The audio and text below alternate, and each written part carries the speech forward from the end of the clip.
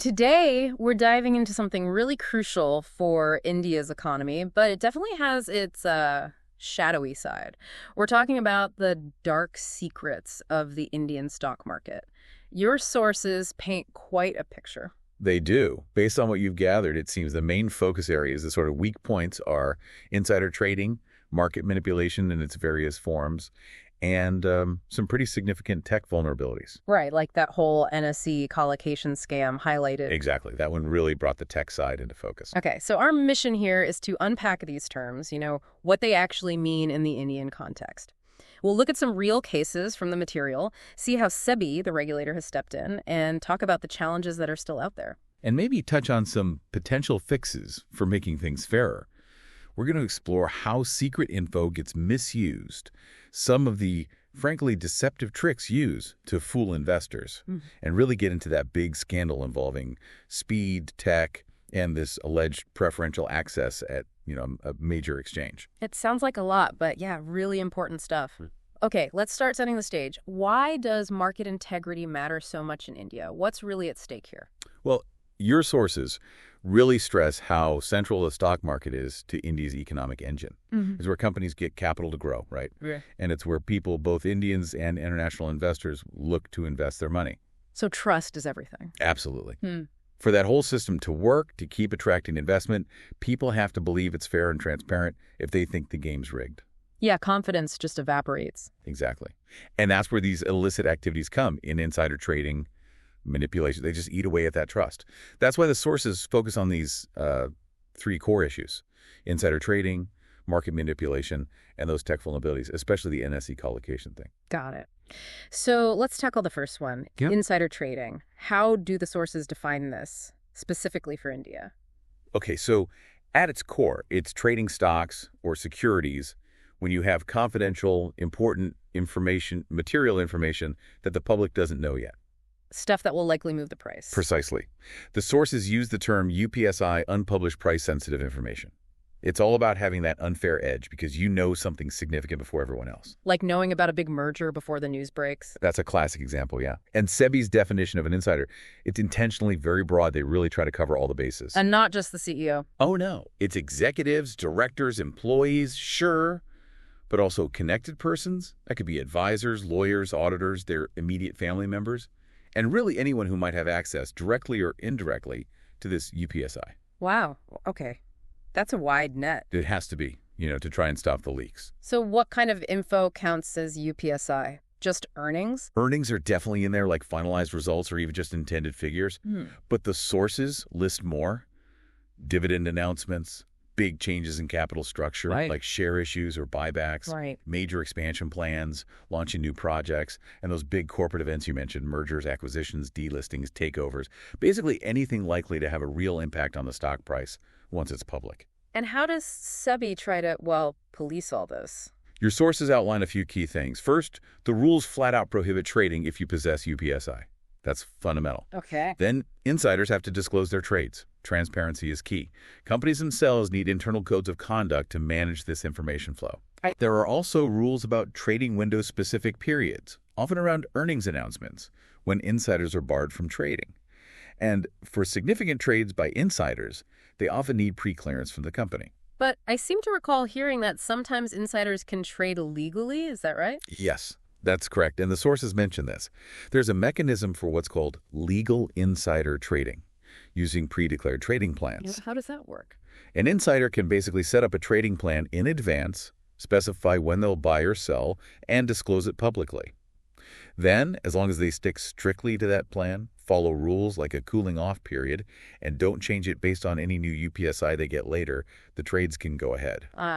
Okay. So it separates the trading decision from having the inside scoop at that moment. Exactly. It allows them to manage their own investments without falling foul of the rules. Okay, that makes sense. So that's trading on secret info. What about deliberately trying to fool the market? That sounds like the next dark secret market manipulation. Right. And market manipulation, according to your sources, is all about deceptive tactics. Things done specifically to artificially push a stock's price or its trading volume around. So creating a false reality. That's a good way to put it. Yeah. The whole point is to mislead other investors, create a fake picture of activity or demand, usually so the manipulator can profit. And that obviously undermines the whole point of the market, right? Finding the true price. Absolutely. It wrecks price discovery and just makes it unfair. Your sources list some common methods. Okay, what kind of tricks are we talking about here? Well, the classic is pump and dump. You see this a lot, especially with smaller stocks. Manipulators hype up a stock with false good news, pump up the price. Get everyone excited. Exactly. Then they sell their shares at the peak, the price collapses, and everyone else who bought in late gets burned. Nasty. What else? There's wash trading. This is where, the same person or group is buying and selling the same stock simultaneously. Why would they do that? To create the illusion of high trading volume, it makes the stock look way more active and interesting than it really is. Ah, clever. Deceptive. Very. Then there's spoofing. This is more common with high-frequency trading. They place huge buy or sell orders. They have no intention of actually executing. Just to scare the market. Sort of. To create a false sense of demand or supply, push the price a bit, and then they cancel the orders before they get filled. Your sources also mention marking the close, placing buy orders right near the end of the trading day to nudge the closing price higher. And just lying. Spreading rumors. Yep, spreading false information is definitely on the list. Using social media, WhatsApp groups, forums, whatever, to spread fake news or rumors to manipulate sentiment and prices. It sounds incredibly hard to catch. How does SEBI even try? Well, they rely heavily on technology now. Surveillance systems monitor trading data, looking for weird patterns, unusual price spikes, things that don't look right. And if they suspect something, they investigate. And if manipulation is found, the penalties can be quite severe, big fines, getting banned from the market. Right. And they can pursue civil action or even refer cases for criminal prosecution. There's a key regulation for this, the PFUTP Prohibition of Fraudulent and Unfair Trade Practices from 2003. It specifically forbids creating false appearances, trading without genuine ownership change for wrongful gain, and spreading false info. Okay, that's a lot on manipulation. Let's move to the third area, those technological vulnerabilities, specifically focusing on the NSE colocation scam. What was the actual mechanism they exploited there? All right, so back in 2009, the NSE set up this colocation facility. Basically, brokers could put their computer servers right inside the NSE's data center, physically closer to the exchange's trading computer. Why? Just for speed. Exactly. It's all about reducing latency, that tiny delay in sending orders and getting data back. Milliseconds, even microseconds, matter hugely in high-frequency trading. So closer means faster. Seems logical. Where did it go wrong? Well, the allegations were that it wasn't just about being closer, but that certain brokers got unfair preferential treatment within that facility. How so? It could mean getting hooked up to faster servers, maybe being allowed to log in slightly earlier than others, or, critically, being connected to less crowded secondary servers, getting data feeds with less traffic jam, essentially. And the data feed itself was key. Absolutely crucial. Your sources point to NSE's data feed system. At the time, it was a tick-by-tick, or TBT feed, delivered on a first-come, first-served basis. So whoever had the faster pipe got the data first. Precisely. Even if it was just fractions of a second earlier, getting that price and order book data before others is a massive edge in high-frequency trading. You can react, place your trades, adjust your algorithms before your competitors even see the same information. And what was this dark fiber thing mentioned? Yes. That added another layer. Dark fiber is basically unused optical fiber cables already laid in the ground. The allegation or concern was that some select brokers might have been given early private access to high-speed connections using this dark fiber, potentially amplifying their speed advantage even more. Which raises questions about collusion, I guess. Exactly. It suggested maybe it wasn't just about infrastructure, but potentially deliberate favoritism. Wow. Okay, that explains the how. It does sound complex. Let's look at some specific cases the sources mention. Starting back with insider trading, it seems SEBI's been quite active on this front lately. Yeah, the number of investigations seems to be up, which might suggest, better surveillance or maybe just more focus. Your sources list several interesting examples. The Infosys one stood out. There seem to be a few related to them. Yes. Infosys comes up multiple times. There was one involving the former CEO, Ketan Parekh. He actually settled with SEBI, paid a penalty about 25 lakh. Interestingly, it wasn't for him trading, but because SEBI found the company lacked adequate internal controls around an important partnership announcement, that info was UPSI. So it's about the company's responsibility, too. Exactly. It highlights that top management is responsible for preventing leaks and having robust systems. And other Infosys-related cases involved actual trading. Right. There was a bigger investigation involving 16 different entities, including some ex-employees, looking into trading around financial results. But it highlights the difficulty of proof.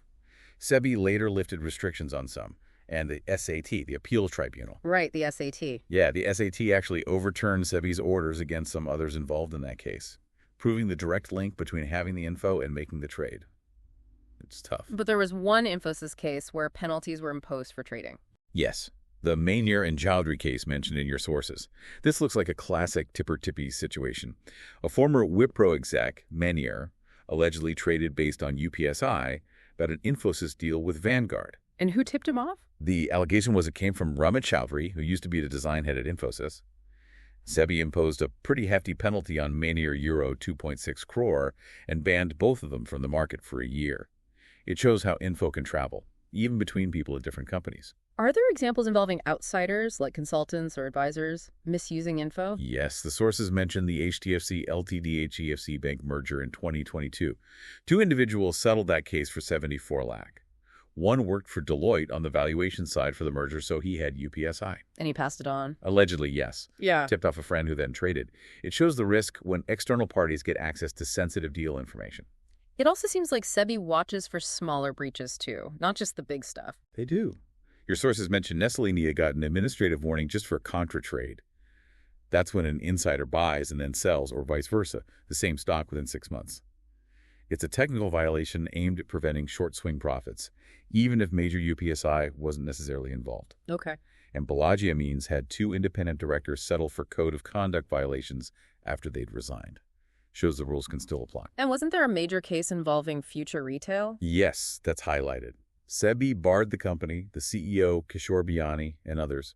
They ordered them to disgorge payback profits over 17.78 crore. Wow. This was related to trading on UPSI about a corporate restructuring plan back in 2017. Again, the SAT later stayed the order against Biani specifically, pending a deposit. But it shows SEBI's strong stance against trading on non-public corporate plans. Any other quick examples mentioned? Yeah, the sources list a few more. PC Jeweler, where the MD and promoters had funds impounded. Rukesh Shuchinwala was apparently summoned related to Aptech. GIC settled a case. And more recently, IndusInd Bank officials were reportedly under investigation related to accounting issues and potential insider trading. So yeah, it's definitely an active enforcement area. That's quite a range of cases. Let's switch to market manipulation.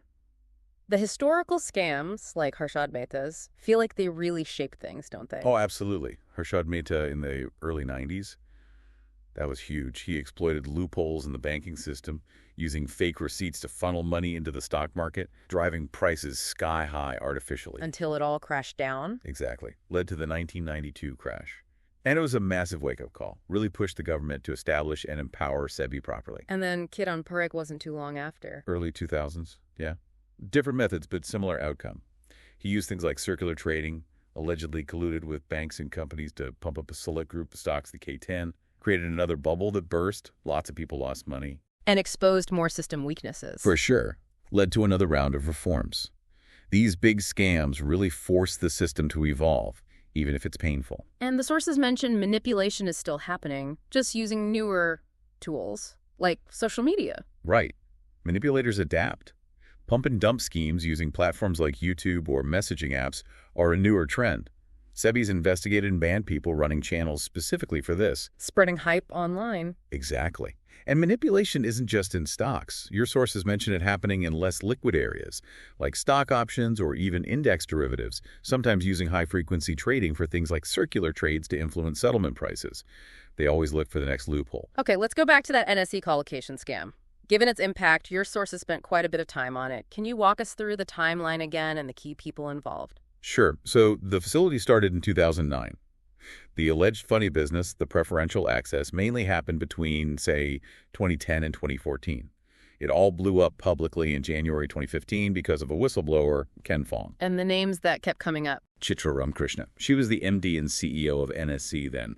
Ravi Narain, who was CEO before her and later vice chairman.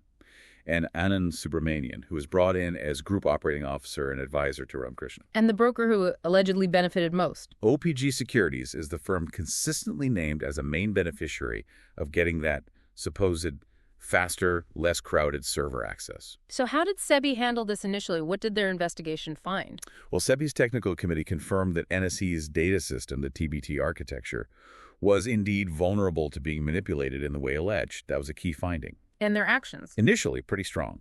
They ordered NSE to disgorge 625 crore plus interest, a huge amount. They also banned NSE from accessing the capital markets for 6 months. Penalties were slapped on Krishna and Narain, too. And OPG Securities was ordered to disgorge profits from that server access advantage and faced a market ban. But then things changed. Your sources mentioned a later SEBI decision that seemed quite different. Yes, this was a major turn. In September 2024, SEBI essentially dropped the proceedings against NSE itself and the former top officials, Krishna and Narain, regarding the core allegation of preferential access. Why the change? SEBI stated they couldn't find enough conclusive evidence to prove collusion. They acknowledged NSE had lapses like no clear policy for those secondary servers, but they couldn't prove a deliberate conspiracy between the exchange officials and OPG to give them unfair access. So negligence maybe, but not proven collusion. That seems to be the distinction SEBI made, and that decision was significant because it cleared a major roadblock for NSE's planned IPO. But there was still a criminal investigation happening separately, right, with the CBI? Absolutely. The CBI started its own probe in 2018 looking at potential criminal conspiracy, abuse of power. That's where the whole bizarre Himalayan yogi angle came out. Right, the mysterious guru. Yeah, the allegation that Chitra Ramakrishna was sharing confidential NSE information, including about Anand Subramanian's appointment and pay, with his unknown yogi. The CBI later claimed Subramanian was the yogi. Were arrests made? Yes. The CBI arrested both Subramanian and Ramakrishna. They were later granted bail by the Delhi High Court. But the criminal case is separate from SEBI's regulatory actions. And this all went up to the Supreme Court as well? Parts of it did, yeah. In 2023, the Supreme Court told SEBI to refund about half the money NSE had deposited under those initial disgorgement orders. The court also upheld the SAT's decision, which had earlier quashed SEBI's big 625 crore disgorgement order against NSE. It just shows how complex these things get legally, with different bodies reaching different conclusions. So after all that back and forth, what penalties actually ended up sticking, based on your sources? Well, the SAT did impose a 100 crore penalty directly on NSE for essentially not doing its job properly as a frontline regulator for lack of due diligence. Okay. And for OPG Securities, the broker, SEBI ordered them and their directors to disgorge over 85 crore in illegal gains, plus hefty interest going back years. And just recently, April 2025, SEBI hit them with another fine of 5.2 crore and banned one director for 6 months. So consequences were still significant for the broker involved. What a saga. Okay, let's pull back and look at the bigger picture. Based on all this, the cases, the regulations, how effective do your sources suggest SEBI actually is? You know, it's really presented as a mixed bag, and there's definitely debate. On one hand, they have comprehensive rules, the PIT regs for insider trading, the PFUTP for manipulation, and the fact that we're seeing more insider trading investigations could mean their surveillance is getting better. Maybe tech is helping, maybe enforcement is tougher, maybe people are just more aware. But catching people and making it stick seems to be the hard part. That's a major challenge highlighted in the sources, yes. Especially with insider trading, getting that smoking gun, proving conclusively that a specific trade was made because of specific UPSI. It's really difficult. Offenders are sophisticated. And the legal challenges. Huge. Proving that direct link is tough legally. And as we saw, SEBI's orders get challenged all the time at the SAT, and sometimes they get overturned or reduced. It's not straightforward. And for manipulation, proving intent must be just as challenging. Oh, absolutely. Was it a deliberate attempt to manipulate or just a bad speculative trade? Proving that intent is maybe the biggest hurdle. And manipulators use tech, they find new ways, sometimes faster than regulators can keep up. Did the NSE scam itself reveal deeper issues with how things are regulated? I think so. It really spotlighted potential weaknesses in the market infrastructure itself, the exchanges. It raised questions about their internal controls, their policies, and this whole idea of self-regulation versus needing more direct external oversight to ensure everyone gets a fair shot. Are there more practical challenges for SEBI day to day? Yeah, your sources mention things like how long investigations take. Oh. These complex cases can drag on for years. And like any regulator, they probably face resource constraints, enough staff with the right expertise to handle the growing number and complexity of cases. Plus, trying to enforce rules when people or evidence are overseas is always tough. And social media just throws another wrench in the works. Definitely. It's so easy now to spread rumors or coordinate pump and dump schemes online across multiple platforms, sometimes anonymously. Regulating that kind of dispersed online activity is a massive headache for any regulator worldwide, including SEBI. So, given all these challenges, what do the sources suggest could be done to strengthen the system? What are the recommendations for making the market safer? Several key ideas come through. Boosting surveillance tech is a big one, using more AI, more big data analytics to spot suspicious patterns in real time or close to it. Getting smarter than the manipulators. Trying to, yeah. Also, constantly reviewing and maybe tweaking the definition of UPSI to cover new ways information might be misused. And hitting offenders harder. That's definitely suggested. Bigger fines, longer bans from the market, basically making the penalties a stronger deterrent so people think twice. What else? Better coordination between agencies seems crucial. SEBI, the CBI for criminal stuff, the ED for money laundering aspects, getting them to share info and work together more smoothly on complex cases. Makes sense. And strengthening the whistleblower system, better protection, maybe better incentives, so more people feel safe reporting wrongdoing from the inside. What about the investors themselves? Investor education is highlighted as really important. If investors are more aware of the red flags, understand the risks better, they're less likely to fall victim to scams, which makes the whole market more resilient. And for the big institutions, like the exchanges? Strengthening their governance and oversight is recommended. Preventing conflicts of interest, ensuring truly fair access, maybe stricter rules specifically targeting risks in high-speed algorithmic trading, and definitely clearer, enforceable guidelines for things like colocation to avoid any hint of preferential treatment learning directly from the NSE case. This has been really insightful, digging into these, well, less sunny aspects of the market. So if you want to summarize the main takeaway from your sources on these dark secrets. I'd say the sources show that the Indian market, while vital and growing, genuinely struggles with these deep-rooted issues. Insider trading, manipulation, tech vulnerabilities. SEBI is actively fighting them. Yeah. Make no mistake, they have the rules and they pursue cases. But it's a constant battle. Detecting sophisticated abuse, proving it legally, and keeping up with technology and market changes are huge, ongoing challenges. And the overall goal remains. To keep pushing for a fairer, more transparent market, it's an ongoing process of evolving regulations, improving enforcement, building trust. And for someone listening, why does all this ultimately matter to them? Because, these aren't just abstract problems for regulators. They affect your confidence as an investor. They affect how efficiently money flows through the economy. They impact the overall health of the financial system you might rely on or be interested in. Understanding these risks is just part of being an informed participant or observer. Okay, final thought then. Considering how sophisticated manipulators can be, how fast technology moves, and the real difficulties SEBI faces in proving things conclusively, what's the most effective defense for an individual investor?